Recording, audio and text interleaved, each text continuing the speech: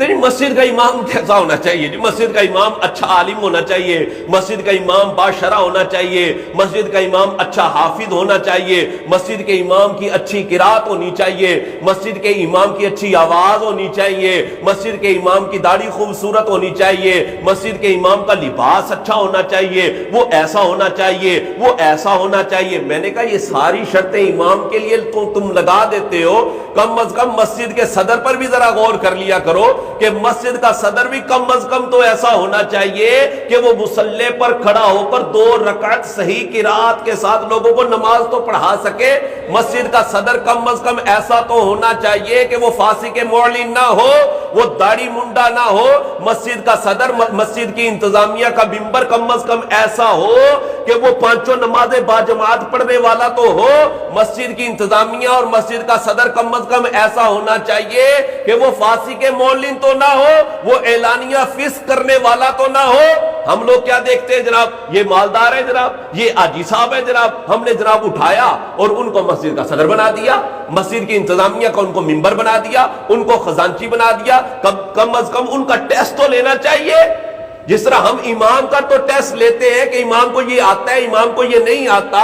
ہم مسجد کا امام بنانے کے لیے تو ٹیسٹ لے لیتے ہیں۔ وہ بھائی مسجد کا صدر بنانا یہ بھی ایک کام ہے۔ جس طرح ہر بندہ امام نہیں بن سکتا، اسی طرح ہر بندہ مسجد کا صدر اور مسجد کا خزانچی بھی نہیں بن سکتا، مسجد کی انتظامیہ کا ممبر بھی نہیں بن سکتا۔ ہاں، ہر بندہ نہیں بن سکتا۔ کم از کم ان کو وقف کے مسائل تو آنے چاہیے۔ وقف کے مسائل کا پتہ ہی نہیں ہوتا۔ ہوتا کیا ہے جناب؟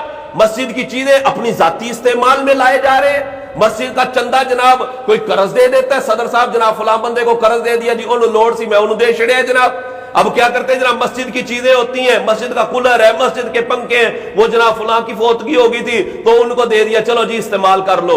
مسجد کی چٹائیاں جناب ایسی جگہ پر استعمال کی جا رہی ہوتی ہیں جہاں پر استعمال کرنا جائز نہیں ہوتا۔ مسجد کی گھوڑی ہے، مسجد کی سیڑھی ہے، مسجد کا پائپ ہے، وہ جناب اپنے ذاتی استعمال میں لا رہے۔ او اللہ کے بندو، یہ مسجد کی چیزیں ہیں، ان کو صرف مسجد کے لیے آپ استعمال کر سکتے ہیں، دیگر جگہوں پر ان کا استعمال کرنا جائز نہیں ہوتا۔ اٹھاتے ہیں جناب، استعمال کر لیتے اور جناب پھر شرائط لگا رہے ہوتے ہیں، مسجد کا امام ایسا ہونا چاہیے، مسجد کا امام ایسا ہونا چاہیے۔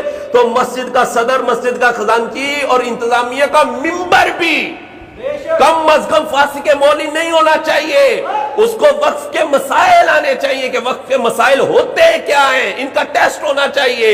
اور وہ ہمارے جناب ایک امام صاحب تھے، وہ امام صاحب جناب امامت کا ٹیسٹ دے رہے تھے، انٹرویو دے رہے تھے، اور سامنے بیٹھے لوگ انٹرویو لے رہے تھے جناب کہ ہم نے مسجد کا امام رکھنا ہے۔ وہ انٹرویو دے رہے تھے تو انتظامیہ والے کہنے لگے جی آپ قیامت کی نشانیاں بتا دیں، قیامت کی نشانیاں کیا ہیں؟ تو امام صاحب بھی بیچارے دل جلے تھے، وہ کہنے لگے، کہتے ہیں جی قیامت کی نشانیوں میں سے ایک نشانی یہ ہے کہ ایک عالم کا ٹیسٹ سامنے جاہل بیٹھ کر لے رہے ہو۔ یہ بھی قیامت کی ایک نشانی ہے کہ عالم کا ٹیسٹ جاہل لے رہا ہے، یہ بھی تو قیامت کی نشانی ہے۔